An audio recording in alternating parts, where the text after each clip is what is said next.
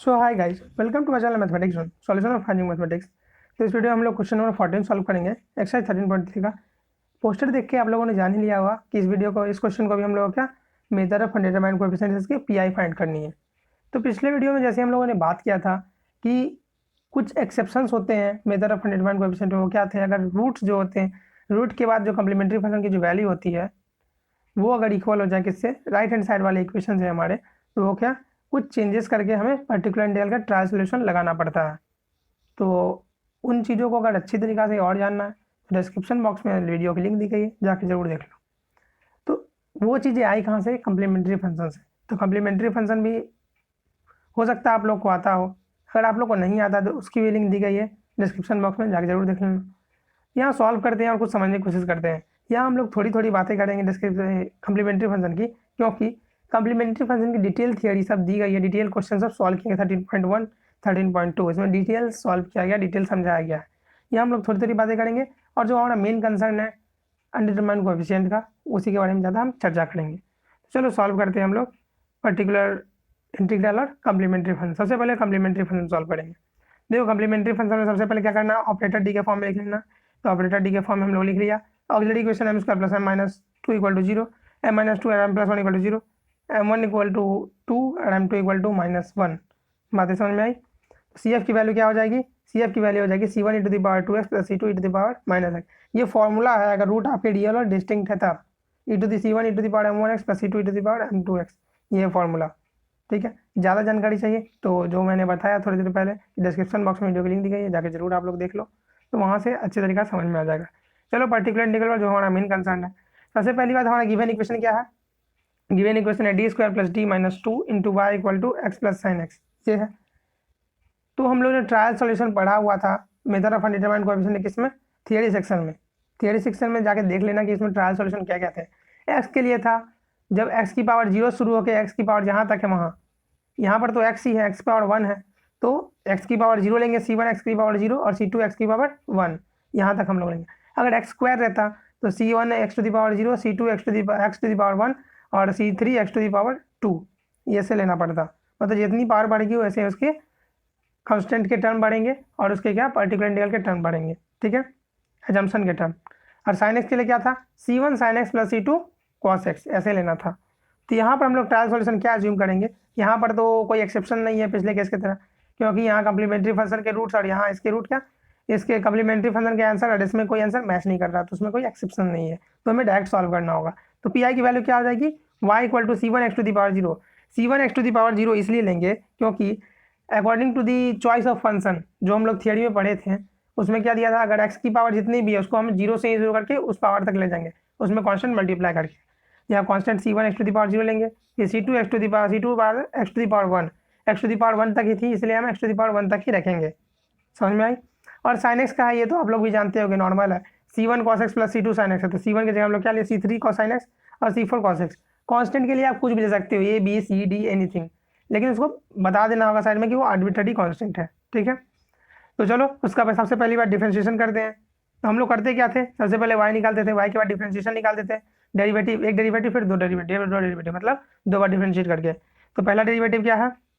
dy equal to C2 plus C3 cos x minus C4 sin x। ठीक है, differentiation तो आप लोग को आता ही होगा, ये सब आसानी से आपसे हो जाएगा। तो डी स्क्वायर बाई क्या हो जाएगा? देखो C1 x to the power 0 क्या होता है? कॉन्स्टेंट होगा, एक्स टू दी पावर 0 की वैल्यू क्या हो जाएगी? 1 हो जाएगी। C1 को अगर डिफ्रेंशिएट करेंगे तो 0 हो जाएगा। यहाँ तक तो बातें क्लियर होंगी। फिर डी स्क्वायर बाई क्या हो जाएगा? C2 का डिफ्रेंशिएशन 0, C3 cos x का differentiation C3 sin x minus C3 sin x हो जाएगा, और माइनस C4 sin x क्या आता है? माइनस C4 cos x हो जाएगा।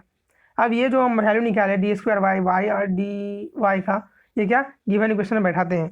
तो डी स्क्वायर वाई क्या था? देखो अगर हम लोग इसमें आप लोग देखो यहाँ ध्यान से, अगर इसमें हम लोग वाई मल्टीप्लाई करेंगे, वाई मल्टीप्लाई करेंगे तो डी स्क्वायर वाई हो जाएगा। तो डी स्क्वायर वाई क्या होता है? ये वाला पार्ट है, minus C3 sin x minus C4 cos x, तो यहाँ हमने बैठाया।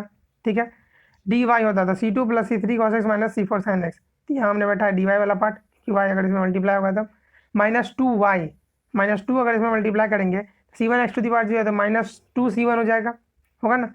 जैसे यहाँ हमने लिखा है -2 को बाहर लिखा है और इसको क्या लिखा है? अंदर लिखा है ब्रैकेट के भीतर। तो यहाँ ब्रैकेट के भीतर लिखा है, तो इसमें क्या 2 मल्टीप्लाई करेंगे और फिर इसके बाद क्या करना है? x equal to x plus sine x, ये हमें लिख दिए। ठीक है, क्योंकि इक्वेशन 1 में बैठा है, तो इक्वेशन 1 में क्या था? राइट हैंड साइड में हमारा x प्लस साइन एक्स था, इसमें तो कोई चेंजेस नहीं आएंगी। तो अब क्या करेंगे हम लोग, साइन एक्स वाला टर्म एक जा कर लेंगे, एक्स वाला टर्म एक जा करेंगे, एक्स टू दी पावर 0 वाला टर्म एक जा करेंगे, और कॉस एक्स वाला टर्म एक जा करेंगे। एक जा करने के बाद कांस्टेंट को हम कैलकुलेट करेंगे according to the coefficient of the following terms. ठीक है, सबसे पहली बात आती है तो सी माइनस, देखो C3 माइनस C3, ये वाला तो पार्ट वही प्रीवियस की तरह सिमिलर है। अब यहाँ आता है तो मैंने क्या साइन एक्स कॉमन लिया, किससे, C3। देखो यहाँ पर एक चीज़ आप ध्यान से देख लो, ये वाले में 2 मल्टीप्लाई होगा, यहाँ होगा तो क्या -C3 हो जाएगा। ठीक है, फिर यहाँ जो क्या है -C4 साइन एक्स है, तो यहाँ क्या हो जाएगा -3C3 -C4 साइन एक्स। बात है यहाँ तक समझ में आ गई। सिमिलरली यहाँ क्या हो जाएगा, सिमिलरली C2 की वैल्यू यहाँ क्या है, C2 में किस क्या multiplied x to the power 0। ठीक, और ये जो ब्रैकेट खुलेगा तो क्या हो जाएगा -2C1, इसमें भी क्या multiplied x to the power 0, तो क्या हो जाएगा C2 -2C1। तो ये हो गया हमारा क्या एक्स टू दी पावर 0 वाला कोएफिशिएंट। अब cos x वाला कोएफिशिएंट कैसे निकलेगा, जैसे sin x वाला निकाले थे उसी तरीके से निकलेगा। तो C3 - 3C4 आप लोग खोलोगे ब्रैकेट को, मल्टीप्लाई करोगे, कॉमन लोगे तो खुद ही पता चल जाएगा, आसानी से ये सब निकल जाएगा। लास्ट में बचता है हमारे पास x वाला टर्म हमारे पास एक ही है और उसमें -2 मल्टीप्लाइड है, तो बचा क्या -2C2x और x प्लस साइन एक्स। अब हम क्या करेंगे, रिस्पेक्टिव पार्ट को मल्टीप्लाई करेंगे जो है राइट हैंड साइड में या जो नहीं है। देखो हम लोग के पास कौन कौन टर्म अभी आया है यहाँ पर, ये देखो ये वाला टर्म जो है, ये वाला टर्म क्या है एक्स टू दी पावर 0 वाला टर्म है, ये वाला टर्म cos x है।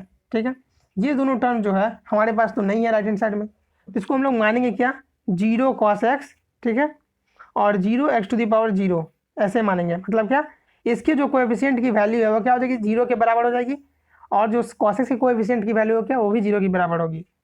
तो उसके बाद की कैलकुलेशन तो अब देखते हैं हम लोग और समझते हैं कि आगे होगा क्या। कंपेयर करेंगे कोएफिशिएंट को sin x cos x नहीं है, इसलिए क्या हम लोग क्या मानेंगे एक्स टू दी पावर 0 को एक्स टू दी पावर, देखो x0 लिखा हुआ है लेकिन एक्स टू दी पावर 0 का थोड़ा सा मिस्टेक है, आप लोग ठीक कर लेना। ठीक है, साइन एक्स की कोएफिशिएंट को देखना है, cos x नहीं है तो cos x का कोएफिशिएंट क्या 0 मान लेंगे, x to the power 0 coefficient है उसको भी 0 मान लेंगे। तो इसका क्या होता है कैलकुलेट करने के बाद हम लोग क्या देखते हैं, हम लोग देखते हैं कि -3C3 -C4 = 1, C2 - 2C1 = 0। ठीक है, और क्या हो जाएगा C3 - 3C4 = 0 और -C2 = 1। देखो इन दोनों का रिलेशन क्या है, एक जैसा है, और इन दोनों का रिलेशन क्या है, एक जैसा। आप लोग ध्यान से देख रहे होगे, ये दोनों को अगर हम लोग सॉल्व करेंगे तो हमें क्या किसकी वैल्यू मिलेगी, 1 मिनट में मार्कर चेंज कर लेता हूँ। ठीक है, ये दोनों को अगर हम लोग सॉल्व करेंगे तो हमें क्या C3 या C4 की वैल्यू मिलेगी, और ये दोनों को अगर मैं सॉल्व करता हूँ, ठीक है, तो मुझे C1 और C2 की वैल्यू मिलेगी। सॉल्व करने के बाद क्या देखो -C2 = क्या है यहाँ पर, C2 = -1/2 है। ठीक है, C2 = -1/2 है, और यहाँ से हमें क्या मिलता है C2 = -2C1। ये मिल रहा है कि नहीं मिल रहा है, बोलो आप हाँ या ना बोलो, मिल रहा है कि नहीं मिल रहा है ना। तो C2 = -2C1 है ना, तो यहाँ अगर बैठाते हैं C2 की वैल्यू यहाँ पर तो क्या हो जाएगा -2C1 = -1/2, यहाँ माइनस माइनस कैंसिल हो जाएगा, 2 मल्टीप्लाई होता है, C1 की वैल्यू क्या हो जाएगी 1/4।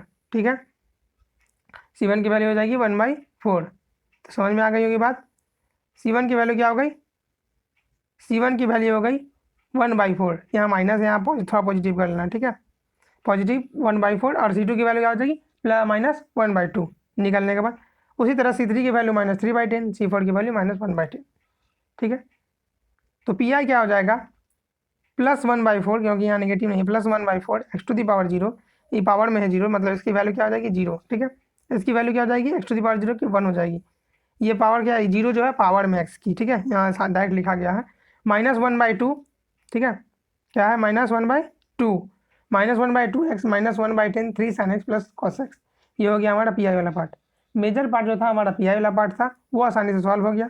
अब चलो कंप्लीट सॉल्यूशन की ओर चलते हैं। तो PI हमारा जो निकला था +1/4। ठीक है, +1/4 +1/4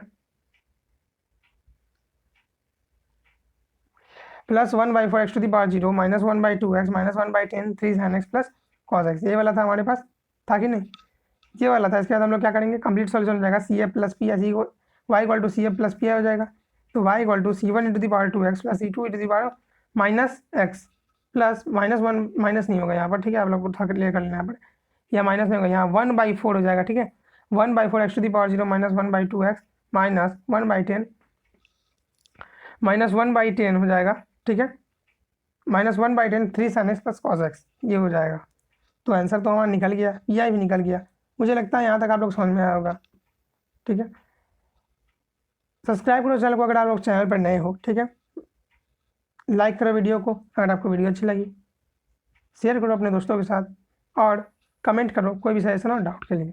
थैंक यू।